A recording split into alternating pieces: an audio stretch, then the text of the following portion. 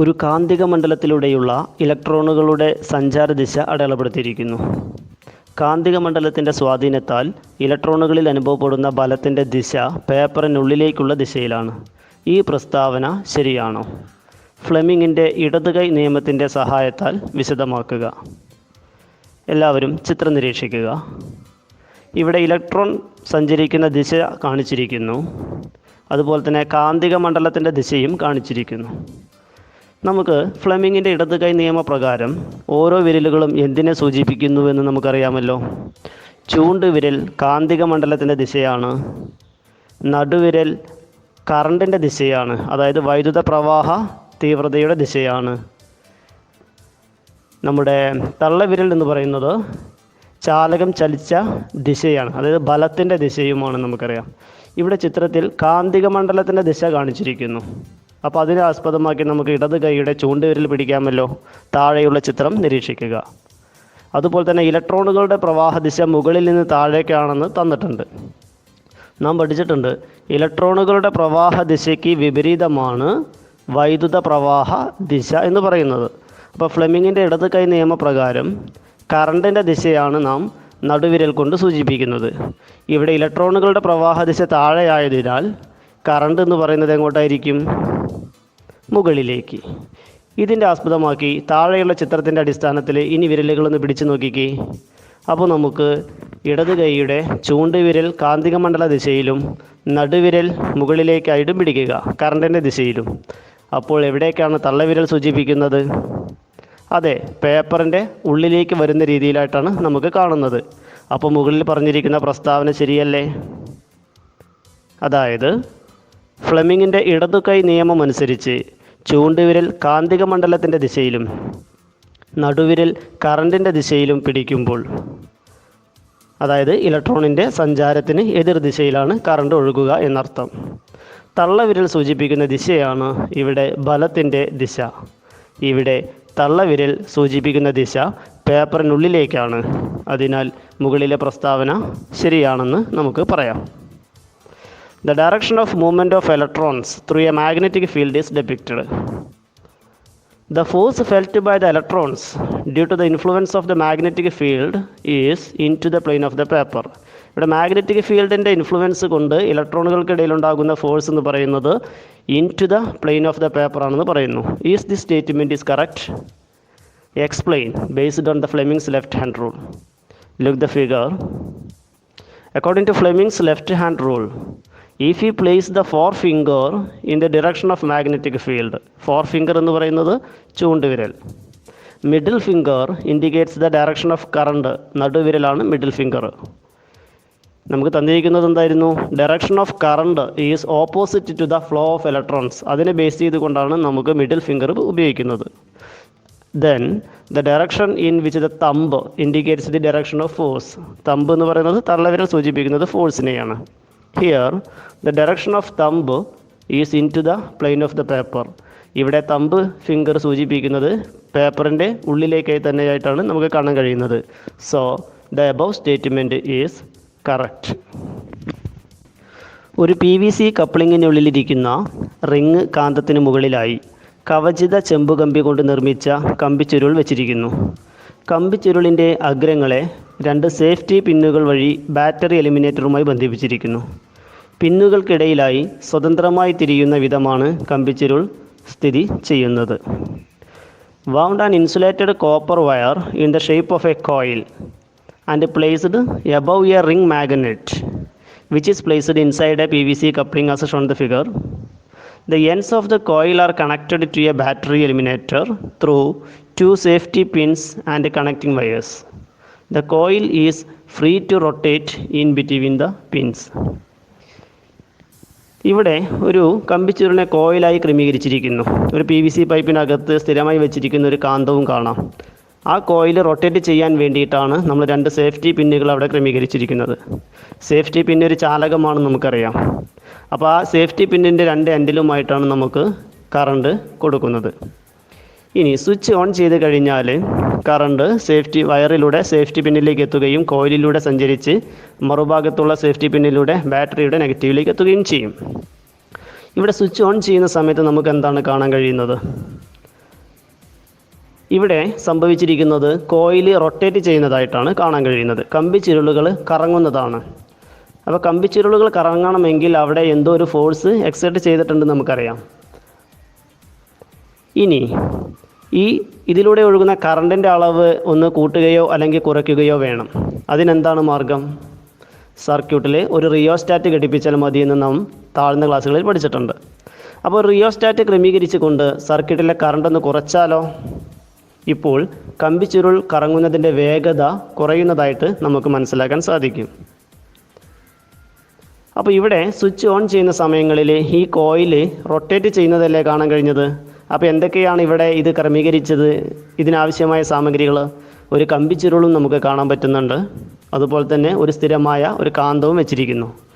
ഇങ്ങനെ switch on ചെയ്യുന്ന സമയത്ത് അത് കറങ്ങുന്നുവെങ്കിൽ ഇങ്ങനെ കറങ്ങിക്കൊണ്ടിരിക്കുന്ന ചില ഉപകരണങ്ങൾ നമ്മുടെ നിത്യജീവിതത്തിൽ ഉപയോഗപ്പെടുത്തുന്നില്ലേ? ഫാൻ, മോട്ടോർ പോലെയുള്ള ഉപകരണങ്ങൾ അല്ലേ? നമുക്ക് ആവശ്യത്തിനനുസരിച്ച് സ്വിച്ച് ഓൺ ചെയ്യുന്ന സമയങ്ങളിൽ അതിലെ മെഷീനറിയുടെ സഹായത്താൽ അത് റൊട്ടേറ്റ് ചെയ്യുന്നതല്ലേ കാണാൻ കഴിയുന്നത്. അപ്പോൾ ഈ ഒരു പ്രവർത്തനമാണ് വൈദ്യുത മോട്ടോറുകളിലേക്ക് എത്തിക്കുന്നത്. ഈ ഒരു ഉപകരണം എന്ന് പറയുന്നത് ഒരു വൈദ്യുത മോട്ടോറിൻ്റെ ലളിതമായ പ്രവർത്തന മാതൃകയാണ്. ഫ്ലെമിങ്ങിൻ്റെ ഇടത് കൈ നിയമത്തിൻ്റെ അടിസ്ഥാനത്തിലാണ് ഇത് പ്രവർത്തിക്കുന്നത്. This is A simple working model of an electric motor. It is working on the basis of Fleming's left hand rule. Activity 2B. Working model of an electric motor is connected to a battery eliminator and a rheostat.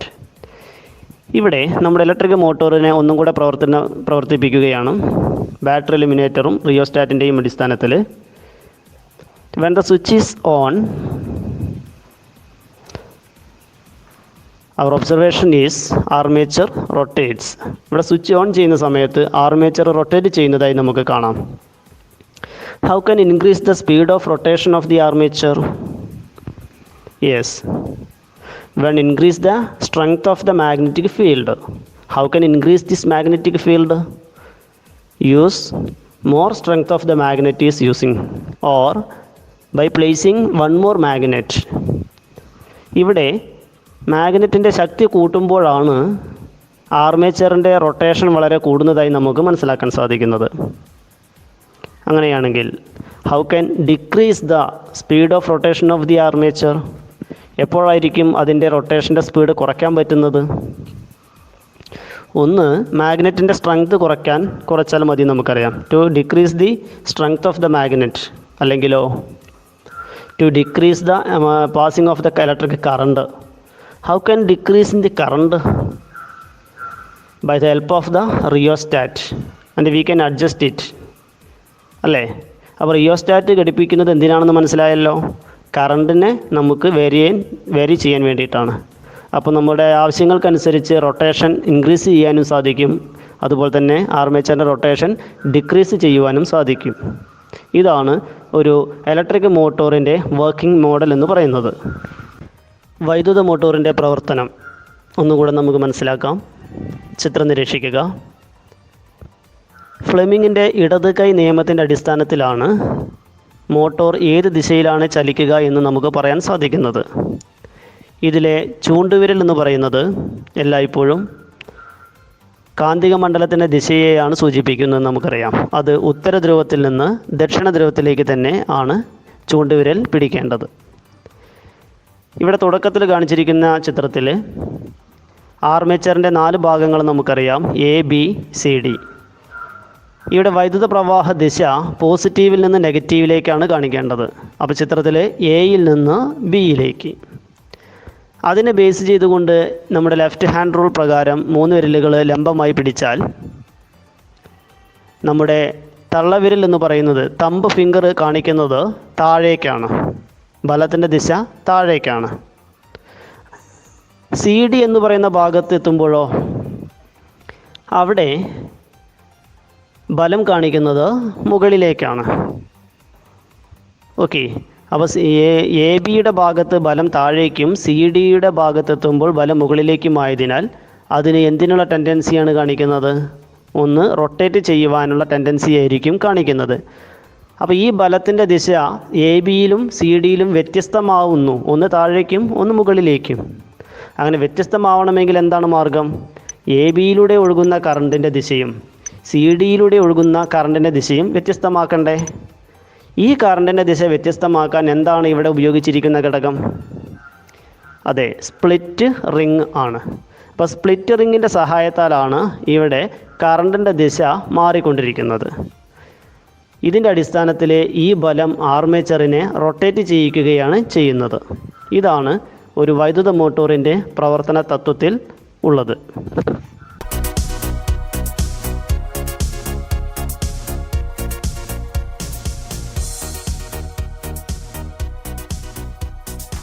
അപ്പോൾ വൈദ്യുത മോട്ടോറുമായി നമുക്ക് എത്തിച്ചേരാൻ പറ്റുന്ന നിഗമനം എന്തൊക്കെയായിരിക്കും? വൈദ്യുത മോട്ടോറിൻ്റെ പ്രവർത്തന തത്വം ഫ്ലെമിങ്ങിൻ്റെ ഇടത് കൈ നിയമമായിട്ടാണ് പറയുന്നത്. ഇതാണ് മോട്ടോർ തത്വം എന്നും അറിയപ്പെടുന്നത്. വൈദ്യുത മോട്ടോറിൻ്റെ ആർമേച്ചറിലൂടെ വൈദ്യുതി പ്രവഹിക്കുമ്പോൾ ഫ്ലെമിങ്ങിൻ്റെ ഇടത് കൈ നിയമം അനുസരിച്ച് ആർമേച്ചറിൽ ഒരു ബലം അനുഭവപ്പെടുകയും ബലത്തിൻ്റെ ദിശയിൽ ആർമേച്ചർ തിരിയുകയും ചെയ്യുന്നു. ഓരോ അർദ്ധഭ്രമണത്തിന് ശേഷവും ആർമേച്ചറിലെ വൈദ്യുത പ്രവാഹ ദിശ വിപരീതമാക്കുന്നത് സ്പ്ലിറ്റ് റിംഗ് കമ്മ്യൂട്ടേറ്ററാണ്. Working principle of an electric motor is Fleming's left hand rule. ഇതാണ് മോട്ടോർ പ്രിൻസിപ്പിൾ എന്നും അറിയുന്നത്. When electricity is passed through the armature of an electric motor, a force is experienced on the armature and it rotates its axis based on Fleming's left hand rule. Split ring commutator helps to change the direction of current through the armature after every half rotation. Motor പ്രവർത്തന തത്വം. സർക്യൂട്ടിൽ വൈദ്യുതി പ്രവഹിച്ചപ്പോൾ ചാലകത്തിന് ചുറ്റുമായി കാന്തിക മണ്ഡലമുണ്ടായി. ഈ കാന്തിക മണ്ഡലവും കാന്തത്തിന്റെ കാന്തിക മണ്ഡലവും തമ്മിലുള്ള പരസ്പര പ്രവർത്തനം കാരണം ചാലകം വിഭ്രംശിച്ചു. ഈ ചലനം ഫ്ലെമിങ്ങിന്റെ ഇടത് കൈ നിയമപ്രകാരം എങ്ങനെയാണെന്നും കണ്ടില്ലേ? ഇടത് കൈയുടെ തള്ളവിരൽ, ചൂണ്ടുവിരൽ, മധ്യവിരൽ എന്നിവ പരസ്പരം ലംബമായി പിടിച്ചിരിക്കുന്നു.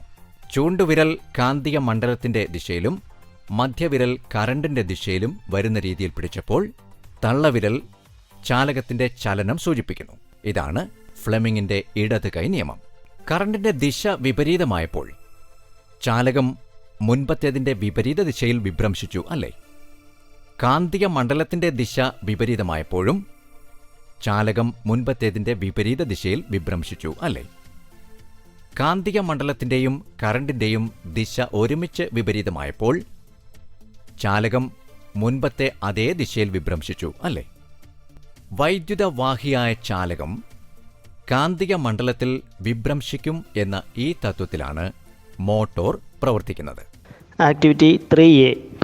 മോട്ടോർ തത്വമനുസരിച്ച് പ്രവർത്തിക്കുന്ന മറ്റൊരു ഉപകരണം പരിചയപ്പെടാം. ചലിക്കും ചുരുൾ loud speaker. Moving coil loud speaker. ചലിക്കും ചുരുൾ ലൗഡ് സ്പീക്കറിൻ്റെ ചിത്രം നിരീക്ഷിക്കുക. അതിൻ്റെ ഭാഗങ്ങൾ കാണിച്ചിരിക്കുന്ന ചിത്രവും നിരീക്ഷിക്കുക.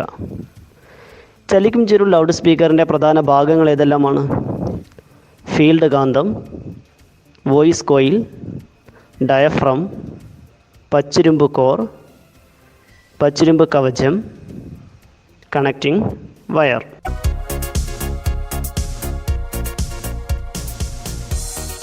ഒരു ചലിക്കും ചുരുൾ ലൗഡ് സ്പീക്കറിൻ്റെ പ്രവർത്തന തത്വം ഒന്നുകൂടെ മനസ്സിലാക്കാം. മൈക്രോഫോണിൽ നിന്നും വരുന്ന വൈദ്യുത സിഗ്നലുകൾ നേരിട്ട് വോയിസ് കോയിലിലേക്കാണ് എത്തിക്കുന്നത്. ഇവിടെ മൈക്രോഫോണിൽ നിന്നും വരുന്ന വൈദ്യുത സിഗ്നലുകളുടെ ശക്തി വളരെ കുറവായിരിക്കും. ഈ ശക്തി വർദ്ധിപ്പിക്കാൻ വേണ്ടി നേരിട്ട് നാം വോയിസ് കോയിലേക്ക് കൊടുക്കുന്നതിന് പകരം ഒരു ആംപ്ലിഫയറിലേക്ക് നൽകുന്നു. ആംപ്ലിഫയറിൽ നിന്ന് ലഭ്യമാകുന്ന വൈദ്യുത സിഗ്നലുകൾ ശക്തി വർദ്ധിച്ചതായിരിക്കും. ഇങ്ങനെ ശക്തി വർദ്ധിപ്പിച്ച ഈ വൈദ്യുത സിഗ്നലുകളാണ് ലൗഡ് സ്പീക്കറിൻ്റെ വോയിസ് കോയിലിലേക്ക് എത്തിക്കുന്നത്. ഈ വോയിസ് കോയിലിലൂടെ ഒഴുകുന്ന ഈ വൈദ്യുതി എന്ന് പറയുന്നത് ഒരു AC വൈദ്യുതി ആയതിനാൽ എപ്പോഴും ദിശ മാറിക്കൊണ്ടിരിക്കും. മോട്ടോർ തത്വത്തിൻ്റെ അടിസ്ഥാനത്തിൽ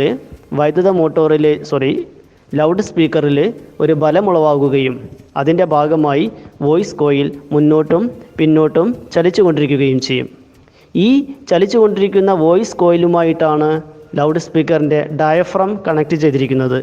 അപ്പോൾ എപ്പോഴൊക്കെയാണോ വോയിസ് കോയിൽ വൈബ്രേറ്റ് ചെയ്യുന്നത് അതേ സമയങ്ങളിൽ ആരും കമ്പനം ചെയ്തുകൊണ്ടിരിക്കും, ഡയഫ്രവും കമ്പനം ചെയ്തുകൊണ്ടിരിക്കും. ഈ ഡയഫ്രത്തിൻ്റെ കമ്പനത്തിൻ്റെ അളവ് എന്ന് പറയുന്നത് അതിലേക്ക് എത്തുന്ന വൈദ്യുത സിഗ്നലുകളുടെ ശക്തിയെ അനുസരിച്ചിരിക്കും. അപ്പോൾ ഡയഫ്രം കമ്പനം ചെയ്യുന്നതിൻ്റെ ഭാഗമായി നമുക്ക് അത് ശബ്ദോർജ്ജമായി പുറത്തേക്ക് തരികയും ചെയ്യുന്നു. ഇതാണ് മൂവിംഗ് കോയിൽ ലൗഡ് സ്പീക്കറിൽ നടക്കുന്ന പ്രവർത്തനം. അപ്പോൾ ഇവിടെ വൈദ്യുതോർജ്ജത്തെ ശബ്ദോർജ്ജമാക്കി മാറ്റുകയാണ് ചെയ്യുന്നത്. ഇതാണ് മൂവിംഗ് കോയിൽ ലൗഡ് സ്പീക്കർ. മൈക്രോഫോണിൽ നിന്നെത്തുന്ന വൈദ്യുത സ്പന്ദനങ്ങളെ ആംപ്ലിഫയർ ഉപയോഗിച്ച് ശക്തിപ്പെടുത്തി ലൗഡ് സ്പീക്കറിൻ്റെ വോയിസ് കോയിലിലൂടെ കടത്തിവിടുന്നു. ഈ വൈദ്യുത സ്പന്ദനങ്ങൾ കാന്തിക മണ്ഡലത്തിലിരിക്കുന്ന വോയിസ് കോയിലെ മുന്നോട്ടും പിന്നോട്ടും അതിവേഗം ചലിപ്പിക്കുന്നു. ഈ ചലനങ്ങൾ ഡയഫ്രത്തെ ചലിപ്പിക്കുകയും ശബ്ദം പുനഃസൃഷ്ടിക്കുകയും ചെയ്യുന്നു. The electrical pulses from an microphone are strengthened using an amplifier and sent through the voice coil of a loudspeaker. The voice coil, which is placed in the magnetic field, moves to and fro rapidly. In accordance with the electrical pulses, these movements make the diaphragm vibrate, thereby reproducing sound.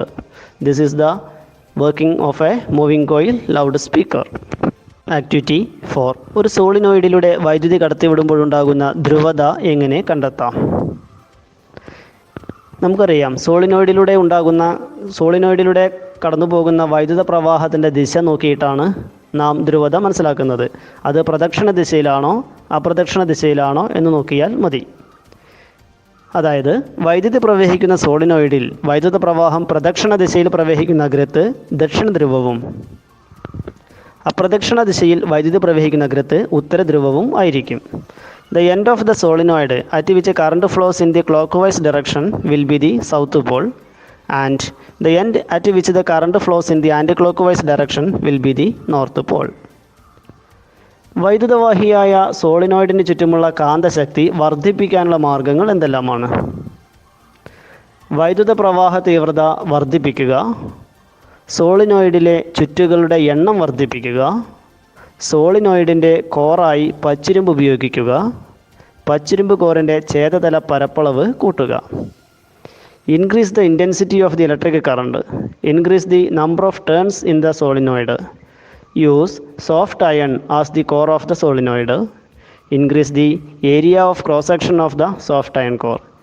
ഇതിൻ്റെ അടിസ്ഥാനത്തിൽ magnetic ഫീൽഡിൻ്റെ strength നമുക്ക് വർദ്ധിപ്പിക്കാവുന്നതാണ്. വളരെ നീളം കൂടിയ ഒരു സോളിനോയിഡിലൂടെ വൈദ്യുതി പ്രവഹിക്കുന്നു. ഉള്ളിലെ കാന്തിക മണ്ഡലത്തിൻ്റെ അളവുമായി ബന്ധപ്പെട്ട് താഴെ തന്നിട്ടുള്ളവയിൽ ശരിയായത് ഏത്? ഓപ്ഷൻസ് ശ്രദ്ധിക്കുക.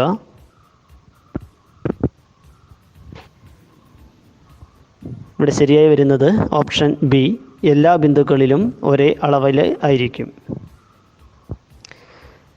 അടുത്തത്, ചാലക വലയത്തിന് ചുറ്റുമുണ്ടാകുന്ന കാന്തിക മണ്ഡലത്തിൻ്റെ തീവ്രതയുമായി ബന്ധപ്പെട്ട പരീക്ഷണത്തിൽ ചാലക വലയം തെക്ക് വടക്ക് ദിശയിൽ വച്ചിരിക്കുന്നത് ശ്രദ്ധിച്ചല്ലോ.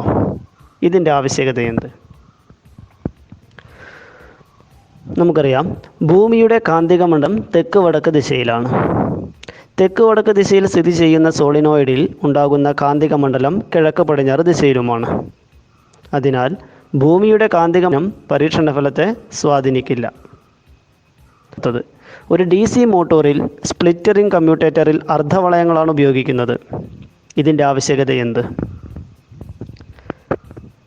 മോട്ടോറിൽ സ്പ്ലിറ്റ് റിങ്ങുകൾ ആർമേച്ചർ ചലിക്കുന്നതിനനുസരിച്ച് ഭ്രമണം ചെയ്യുന്നു. ഇതിനാൽ ആർമേച്ചറിലേക്ക് പ്രവഹിക്കുന്ന കറണ്ടിൻ്റെ ദിശ മാറ്റാൻ സ്പ്ലിറ്റ് റിങ്ങുകളിലെ അർദ്ധവളയങ്ങളുടെ സ്ഥാനം മാറുന്നത് മൂലം സാധ്യമാകുന്നു.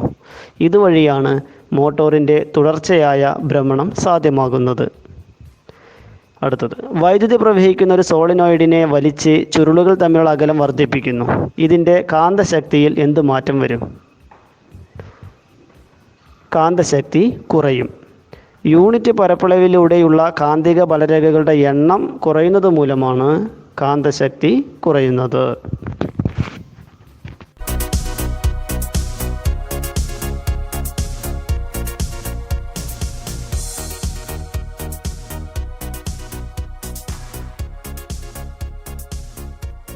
മോട്ടോർ തത്വം പ്രസ്താവിക്കുക. ചാലകത്തിലെ വൈദ്യുത പ്രവാഹ ദിശയും കാന്തിക മണ്ഡലത്തിൻ്റെ ദിശയും ഒന്നു തന്നെയായാൽ ചാലകത്തിൻ്റെ ചലനം എപ്രകാരം? ഒരു കാന്തിക മണ്ഡലത്തിൽ സ്ഥിതി ചെയ്യുന്ന സ്വതന്ത്രമായി ചലിക്കാവുന്ന ചാലകത്തിലൂടെ വൈദ്യുതി പ്രവഹിക്കുമ്പോൾ ചാലകത്തിൽ ഒരു ബലമുളവാകുകയും അത് ചലിക്കുകയും ചെയ്യുന്നു. ഇതാണ് മോട്ടോർ തത്വം. ചാലകത്തിലെ വൈദ്യുത പ്രവാഹ ദിശയും കാന്തിക മണ്ഡലത്തിൻ്റെ ദിശയും ഒന്നു തന്നെയായാൽ ചാലകം നിശ്ചലമായിരിക്കും.